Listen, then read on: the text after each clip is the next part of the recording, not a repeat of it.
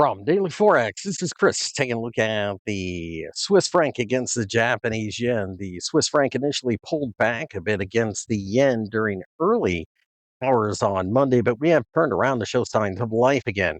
By doing so, it looks like the market is trying to do everything it can to break out and I think eventually hit the 180 yen level.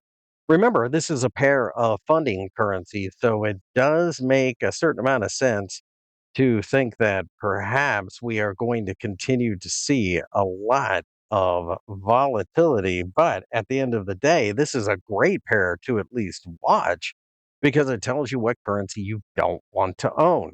In this case, the Swiss franc grinding higher against the Japanese yen tells you just how weak that the yen actually is. So, in this environment, I'm much more apt to do something like buy pound yen instead of pound Swiss, although both should work.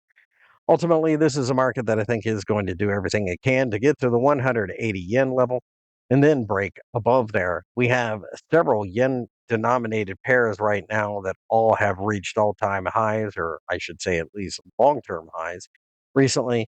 And therefore, we have to understand that this is a systematic and structural problem for the Japanese yen, as the Bank of Japan can do nothing to tighten interest rates anytime soon. After all, they have too much debt.